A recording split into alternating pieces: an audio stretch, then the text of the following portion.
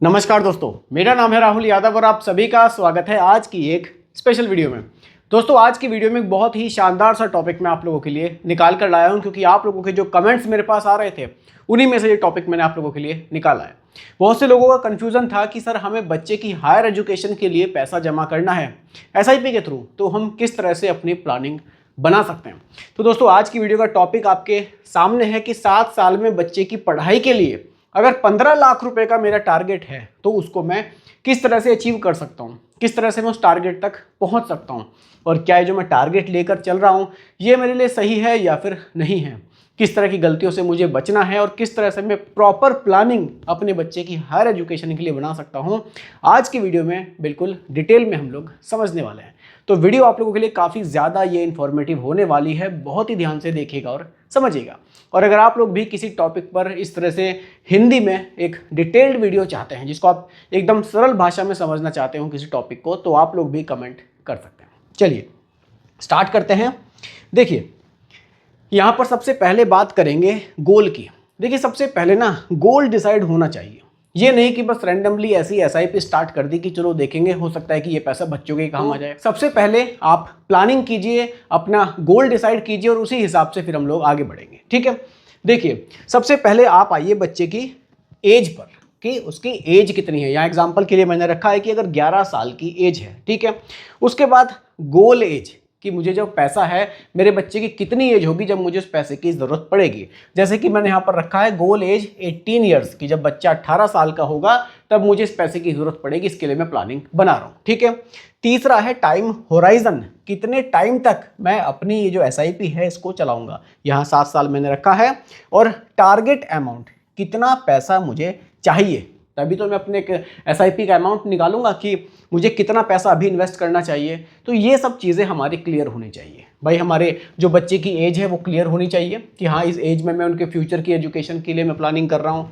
Goal as हमारी clear होनी चाहिए, टाइम होराइजन क्लियर होना चाहिए, और टारगेट अमाउंट की कितना पैसा मुझे चाहिए। ये 4 चीज़ें आप क्लियर करेंगे तभी आप अपने टारगेट पर फिर आगे बढ़ेंगे। ठीक है, ये 4 चीज़ें क्लियर हो गई, आगे बढ़ते हैं। अब यहाँ पर 2 तरह की सिचुएशंस हैं, इनको आप समझिए, सिचुएशन A और सिचुएशन B।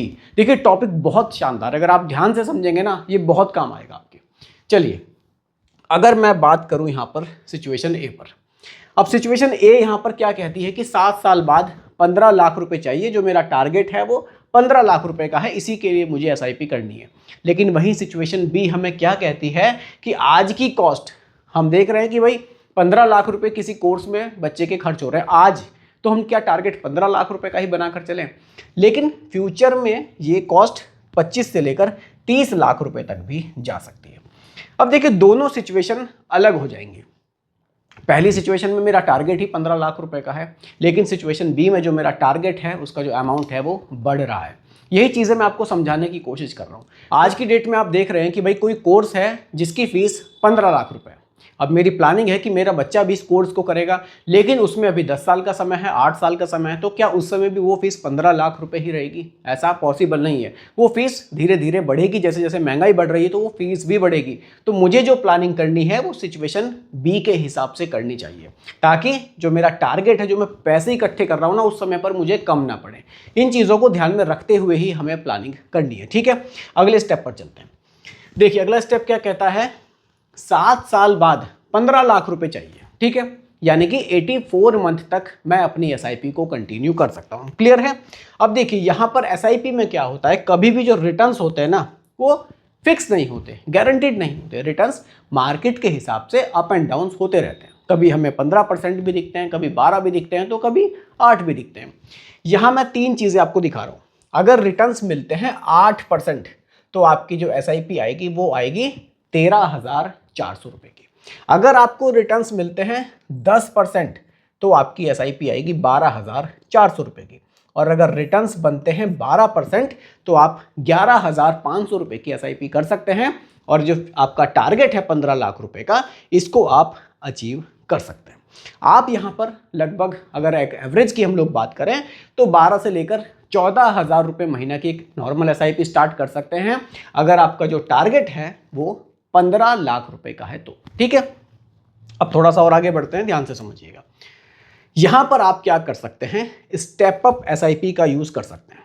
भाई आपको लग रहा है कि मैं 10,000 की SIP अभी स्टार्ट कर सकता हूँ, मैं ज़्यादा बड़ी नहीं कर सकता, तो आप स्टेप अप का यूज़ कीजिए। स्टेप अप SIP बहुत ही शानदार ऑप्शन निकल कर आता है। देखिए इसका फ़ायदा क्या होगा, आप पहले साल 10,000 की SIP कर रहे हैं तो आपकी SIP 10% से धीरे धीरे हर साल बढ़ेगी, तो ये बढ़ते बढ़ते क्या होगा, 7वें साल में 17,000 रुपये तक चली जाएगी। अब नॉर्मली अगर आपको कहें कि आप 15,000 की SIP कर लो तो शायद आपको मुश्किल लगे, लेकिन धीरे धीरे आपका SIP का अमाउंट इंक्रीज होगा तो आप उसको मैनेज कर लेंगे। क्योंकि पहले साल आप 10,000 की SIP पे करेंगे, दूसरे साल 11 की, तीसरे साल 12,100 की, फिर 13,310 की, इस तरह से धीरे धीरे आपका जो SIP का अमाउंट है वो यहाँ पर बढ़ता है। इसका बेनिफिट क्या है वो मैं आपको लाइव यहाँ पर दिखा देता हूँ। ठीक है, देखिए मान लीजिए मंथली इन्वेस्टमेंट 10,000 रुपये, ठीक है, 10,000। एक्सपेक्टेड जो रिटर्न्स हैं एग्जाम्पल के लिए रख रहा हूँ 12% की, ठीक है। मैं क्या करूँगा, इसको 10% से बढ़ाऊँगा, तो और यहाँ पर जो मेरी SIP चलेगी वो चलेगी अगले 10 साल। तो ये जो रिटर्न्स है ना आपके सामने, ये काफ़ी बढ़िया निकल कर आएंगे। कितना आ रहा है फाइनल, 34 लाख रुपए। तो दोस्तों ये जो वैल्यू आप देख रहे हैं ना, इतना ज़्यादा बढ़कर आ रही है, वो इसीलिए आ रही है क्योंकि आपका जो SIP का अमाउंट है वो धीरे धीरे आपने इंक्रीज किया। अगर आप नॉर्मल SIP करेंगे तब आपको इतना अमाउंट देखने को नहीं मिलेगा, और हर साल आप एक नई SIP स्टार्ट भी नहीं कर सकते। इसलिए अच्छा ये रहेगा कि आप अपनी SIP को स्टेप अप कीजिए, हर साल उसको 10% से बढ़ाते रहिए। ठीक है, अगले पॉइंट पर आते हैं। देखिए आज के 15 लाख रुपए की पढ़ाई 7 साल बाद कितने की हो सकती है। करंट कॉस्ट 15 लाख रुपए है, अगर आप इन्फ्लेशन देखें 8% रहता है तो 25 लाख तक जा सकती है, और अगर 10% रहता है तो 29 लाख रुपए तक भी ये कॉस्ट जा सकती है। तो हमें जो तैयारी करनी है वो 15 लाख रुपए के हिसाब से नहीं करनी है। हमारी जो तैयारी होनी है वो हमारी तैयारी होनी है 25 से 30 लाख रुपए के आसपास।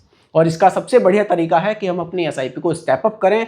जिस तरह से यहाँ इन्फ्लेशन बढ़ रहा है ना 8% 10%, हम अपनी SIP को भी 10% से बढ़ाते रहें, ताकि फ्यूचर में जिस गोल के लिए हम लोग पैसा जमा कर रहे हैं वो पैसा फिर कम ना पड़े। अब यहाँ पर बात करते हैं दोस्तों एसेट एलोकेशन की। हम किस तरह से अपना जो पैसा है उसको मार्केट में निवेश कर सकते हैं। देखिए आप यहाँ पर 55 से लेकर 60% तक जो पैसा है उसको ग्रोथ में इन्वेस्ट कर सकते हैं, यानी कि प्योर इक्विटी म्यूचुअल फंड में निवेश कर सकते हैं, जिसमें कि आपका large and mid cap category आती है, फ्लेक्सी कैप कैटेगरी भी आती है। आप 40 से लेकर 45% तक जो पैसा है आपका, लगभग ये थोड़ा थोड़ा सा सब लोग अपने हिसाब से एडजस्ट कर सकते हैं, इसको आप स्टेबिलिटी में निवेश कर सकते हैं। स्टेबिलिटी से मतलब है कि वहाँ पैसे पर जो रिस्क है वो प्योर इक्विटी म्यूचुअल फंड के मुकाबले कम रहे, यानी कि कुछ पैसा आपका डेट में भी निवेश हो। इसमें कौन से फंड्स आएंगे, इसमें हाइब्रिड म्यूचुअल फंड्स आएंगे, जैसे कि कंजर्वेटिव हाइब्रिड फंड एक कैटेगरी है, आप चाहें तो उसको भी देख सकते हैं। एग्रेसिव हाइब्रिड कैटेगरी आती है, उसको भी आप देख सकते हैं।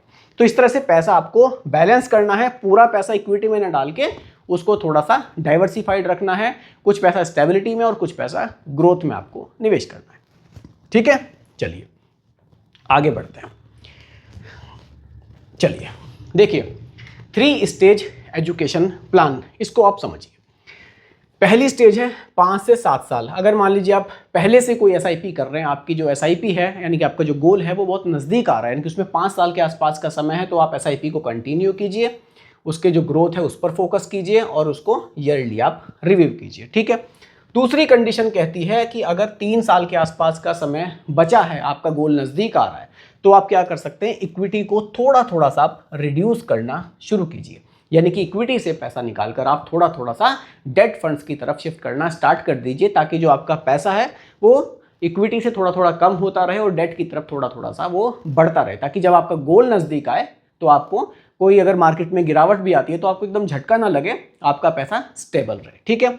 तीसरी स्टेज है, मान लीजिए एकदम ही आप नज़दीक आ गए, तो ऐसे में आपको कैपिटल प्रोटेक्शन चाहिए। ऐसे में आप क्या कर सकते हैं, अपने पैसे को शिफ्ट कर सकते हैं लिक्विड म्यूचुअल फंड की तरफ। इक्विटी से पूरा पैसा धीरे धीरे शिफ्ट कर दीजिए, क्योंकि गोल एकदम नज़दीक है, किसी वजह से मार्केट में गिरावट आई, जो आपका पैसा इक्विटी में निवेश होगा वो एकदम तेज़ी से गिरेगा, लेकिन जो पैसा आपका डेट फंड्स में, लिक्विड फंड्स में होगा, उस पर गिरावट आपको उतनी तेज़ी से नहीं देखने को मिलेगी। इसलिए धीरे धीरे पैसा लिक्विड फंड्स की तरफ शिफ्ट कर सकते हैं आप, आपका अगर गोल एकदम नज़दीक आ रहा है तो। ठीक है, चलिए अपने लास्ट पॉइंट पर आते हैं।